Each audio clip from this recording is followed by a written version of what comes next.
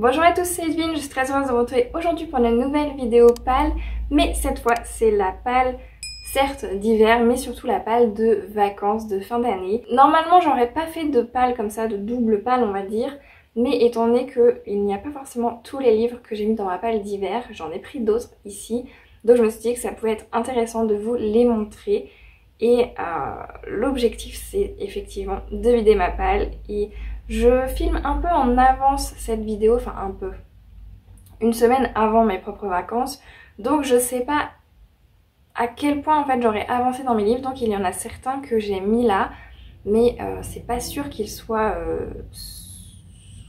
dans cette pâle finalement le jour J, puisque peut-être que je les aurais déjà lus avant, mais bon, une semaine très honnêtement là je pense pas, on verra bien. Dans tous les cas, les deux premiers que je compte emmener, que je compte lire pour ces vacances de Noël, ce sont deux livres de Noël. Le premier c'est Jenny Colgan, Noël à la charmante librairie chez Pocket.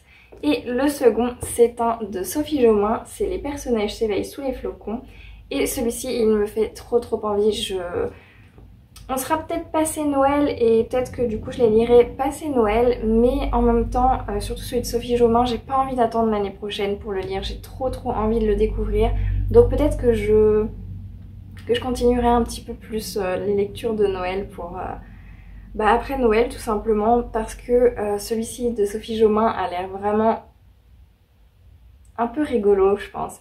Tout simplement parce qu'on est avec une personne qui a un refuge pour les rennes. Alors je sais plus si c'est des rennes ou des élans. Donc c'est un refuge pour les rennes. Et en face de cette personne, on a quelqu'un qui lui travaille en restauration, qui a son propre restaurant et qui aimerait mettre quoi à la carte? Des rennes. Voilà, donc c'est un peu un jeu entre les deux. L'un veut bouffer les rennes et l'autre veut sauver les rennes. Donc voilà, je suis très intriguée de voir comment ça va être tourné. Je pense que vu que c'est une lecture de Noël, ça va être très bien tourné dans le sens où ça va pas me faire mal au cœur avec finalement les animaux qui sont mangés, etc. Donc je pense que j'aimerais bien et voilà, ça m'a l'air d'être quelque chose qui va être plutôt frais et rigolo, donc j'ai trop hâte de le lire. Et pour celui-ci, vous vous en doutez un petit peu, hein, mais ça parle d'une librairie, donc forcément, quelqu'un qui travaille en librairie, moi ça me vend du rêve. Donc voilà pourquoi j'ai très envie de le découvrir également. Donc je compte les lire tous les deux pendant mes vacances. Ensuite les deux prochains que je vais vous présenter, je vous les ai déjà présentés dans ma pâle d'hiver, mais c'est tout simplement Mémoire de la forêt, le tome 3, L'esprit de l'hiver de Michael Brun-Arnaud et illustré par Sanoé. Et ensuite nous avons Une ombre dans la braise de Jennifer L. Armentrout. Je ne peux que les lire ceux deux-là pendant mes vacances parce que j'ai trop envie en fait.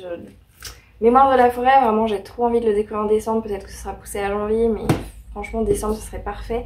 Et celui-ci j'ai vraiment envie que ce soit le livre qui m'accompagne dans cette transition entre les deux années. Donc voilà, j'attends de voir et j'espère que je vais terminer l'année avec ce livre, ce serait trop bien.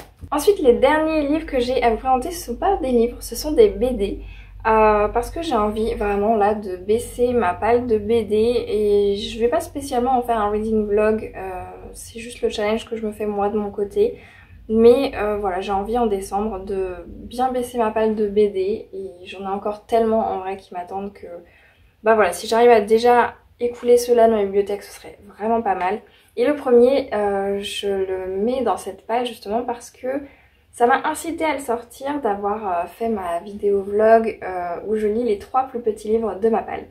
Et donc là, c'est celui-ci, du coup, c'est Titeuf de Zep, donc petite poésie des saisons. Voilà, celui-ci c'est une BD qu'on m'a donnée il y a 1 an et demi je pense maintenant, peut-être 2 ans.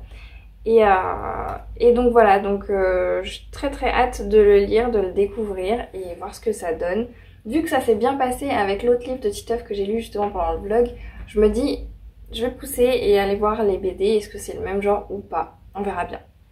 Ensuite j'ai un tome 1 et un tome 2. Le monde des dragons, tome 1 et tome 2 de André Reyna. Donc voilà, tome 1 et tome 2. Pareil, je les ai achetés cet été à Lyon et j'ai trop envie de les découvrir. J'ai trop envie de voir ce que ça va donner. Ça parle de dragons, donc à partir de là, moi, je suis conquise. Voilà, c'est... Pas me demander plus, moi. Vous mettez des dragons, ça y est, j'arrive, j'accours. Donc je sais pas ce que ça va donner, j'en ai jamais entendu parler. J'ai jamais entendu aucun avis sur ces BD. Donc je vais bien voir. Ensuite, la BD s'appelle Tao, c'est la dernière que j'ai à vous présenter, c'est les chroniques de Katura, donc le tome 1 Tao de Poinceau et Ranieri, donc c'est le grand tournoi. Et très franchement, c'est pareil, ce tome 1 je l'ai acheté cet été à Lyon, il m'intrigue beaucoup, voilà, j'ai très envie de voir ce que ça donne, est-ce que ça va me plaire ou pas.